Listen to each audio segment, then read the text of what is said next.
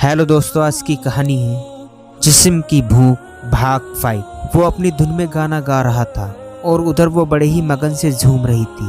उसे याद आने लगा कॉलेज के दिनों में किस तरह वो उसके लिए गाना गाया करता था और वो उसके कंधे पर सर आके बूंद के बस उसे ही सुनती थी। जब गाना खत्म होगा तो अपनी गिटार नीचे रख कर बोली, है अंशिका यार, सो गई क्या? वो अपने ख्यालों से बाहर निकली और मुस्कुराते हुए जवाब दिया, मैं कभी सो सकती हूँ क्या? सोचो भी कैसे यार, नहीं तुम इतनी देर से चुप हो ना। अच्छा बताओ कल क्या पहन कर आऊँ मैं ऑफिस?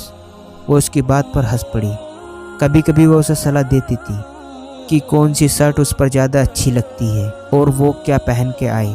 आज वो खुद उससे पूछ रहा था, जबकि वो जो भी पहनता था कभी नहीं कहता था कि आज तुम ये पहनो या ये। वो क्योंकि हर रूप में वैसे पसंद थी। अच्छा सुनो, मुझे तुम्हें किस करने का मन कर रहा है। समझो ना यार, मेरी फीलिंग नई नवेली शादीशुदा है। वो उसकी बेताबी पर हंसने लगी। अरे मेरे नवेले राजा, अभी आज ही आपको सब देख कर आई हूँ, कोई उधार नहीं, ओके ना? अब मुझे नींद आ रही है, मैं चलूँ सोने? तुम्हें नहीं आ रही हो गेम खेल लो कोई, बाय, लव यू। उसके फ़ोन रखने पर उसने घूर के देखा अपने मोबाइल को। दूसरी सुबह वो नहाकर जल्दी से नीचे आया। अनामिका को देख कर ठिठक गया। वो उसे नज़र से अंदाज़ा करता बाहर जाने लगा तो आरती जी ने आवाज़ लगाई, सुनो बेटा, आज घर जल्दी आना, आज थोड़ा मार्केट जाना है। वो हाँ मैं सर हिलाता बाहर निकल गया। तभी अनामिका ने आरती जी से कहा, आंटी ये काफ़ी बदल गया है, लगता है अब तो आपके पास बैठता भी नहीं, जादू कर दिया उसने उस पर। देखिए कहीं ऐसा ना हो कि वह अपने बेटे को लेकर चली ही नहीं जाए। वैसे भी वो इकलौता है, उसके पापा का भी घर सुना है काफ़ी बड़ा है, वहीं जाकर न रहने लगी। अनामिका ने आरती जी के मन में एक और शंका भर दी। ऐसा तो उन्होंने सोचा भी न था। अगर ऐसा होगा तो वो कहाँ जाएगी? वो कहाँ जाएगी? नहीं नहीं, वो हरगिज नहीं होने देंगी। करेंगी क्या? अनामिका ने अपनी बात का असर होते देख दोबारा कहा, आंटी वैसे भी वो उसकी पसंद की जो है, जैसे कहेगी वैसे ही करेगी। आपके कहे वो थोड़ा चलेगी? अकेले घूम कर चला आया, आपको बताया तक नहीं। डिनर भी कर लिया, आपको नहीं बताया। ये तो बस शुरुआत है आंटी, उसकी खूबसूरती के चर्चे भी बहुत हुए हैं। उसने लास्ट वर्ड जलकर कहा। आरती जी को उसकी बात से डर लगने लगा।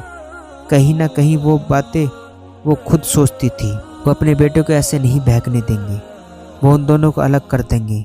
ना रहेगा बांस, न रहेगी बांसुरी। मैं रात भर ठीक से सो नहीं पाया हूँ, करवट बदल बदल कर मेरा सर दर्द होने लगा यार। वो अपनी आंखों में उसके लिए प्यार भरकर बोल रहा था और वो उसको डांटने के अंदाज में बोली, ओह गॉड, पागल हो तुम क्या? ऐसा कौन करता है? ऐसा तो तबीयत खराब हो जाएगी। क्या करूं, मेरे दिल पर मेरा बस नहीं। तुम जल्दी आ जाओ तो मैं ठीक हो जाऊंगा। वो थोड़ा झुंझला गई। अभी कल ही तो आई थी वो, और आज इन जनाब का ये हाल। वो बाहर चला गया क्योंकि उसे भी काम करना था। शाम 6 बजे जब दोनों बाहर निकले तो वो अपनी स्कूटी की तरफ बढ़ने लगी कि तभी निमेश ने उसे रोकते हुए बोला, सुनो आज कहीं घूमने चलते हैं ना? वह इनकार न कर सकी।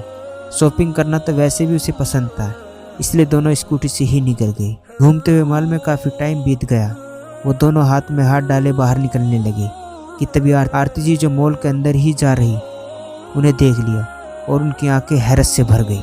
वो दोनों मॉल के बाहर निकल रहे थे जब आरती जी की नज़र उन दोनों पर उड़ी।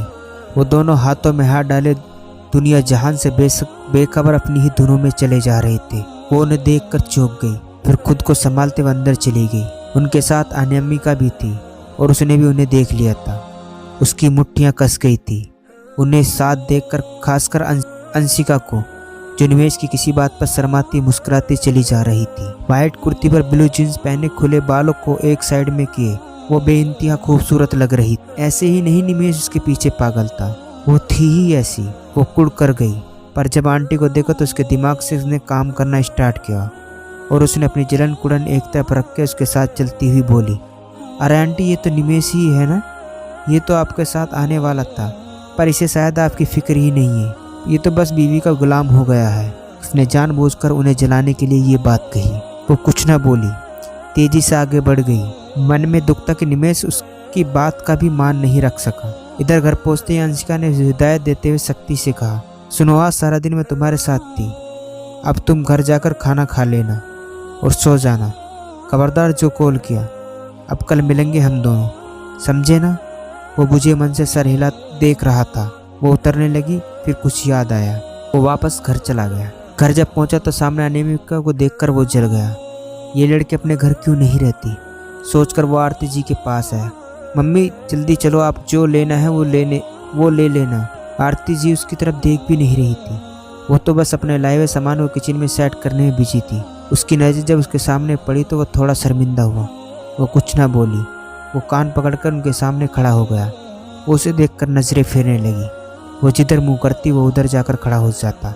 आखिर वो हार मान के हंसने लगी और उससे गले लगा लिया। सॉरी मम्मी, वो मैं वंशिका के साथ मॉल गया था तो टाइम का पता नहीं चला, पर मुझे पता था कि आपको भी शॉपिंग करनी है, इसलिए जल्दी आया हूँ।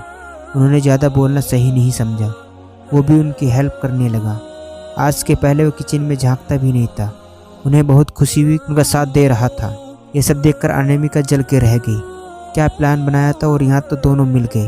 वो ज़्यादा बर्दाश्त न कर सकी और बाहर चली गई और अपनी घर की तरफ बढ़ गई। रात खाने के बाद आरती जी ने उसे अपने हाथ से खाना खिलाया तो वो भी उन्हें अपने हाथ से खाना खिलाने लगा। उन्हें लगा उनका निवेश सुधर गया। डिनर के बाद उनकी कॉफ़ी बनाई और हल्की फुल्की बातें करते हुए कॉफ़ी ख़त्म करके अपने रूम में चला गया। आरती जी आज बेहद खुश थी। सच्ची था, अगर निमेश अपनी माँ को इग्नोर ना करता, अंशिका के लिए भी अच्छे सोच जन्म लेती। कमरे में पहुंचकर कुछ देर वो इधर उधर टहलता रहा, फिर तक कर वो लेट गया। जब कुछ देर नींद नहीं है तो उन्होंने अपना फ़ोन उठाकर अंशिका को कॉल करने लगा। एक बार तो उसने नहीं उठाया तो वह दोबारा ना करने के सोचने लगा, पर दोबारा फिर उसने कॉल किया। फ़ोन अंशिका ने उठाया। हेलो कहो। वो हेलो कहने ही वाला था कि पीछे से किसी लड़की की आवाज़ आ रही थी जो कह रहा था, अंशी डार्लिंग तुम तो अपने बुद्धू को कैसे झेल रही हो यार। अंशिका हंसे जा रही थी।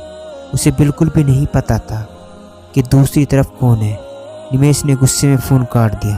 क्या होगा आगे जानने के लिए कहानी का अगला भाग ज़रूर देखें। दोस्तों ये था जिस्म की भूख भाग 5। दोस्तों कहानी अच्छी लगी हो तो चैनल को सब्सक्राइब करना ना भूलें।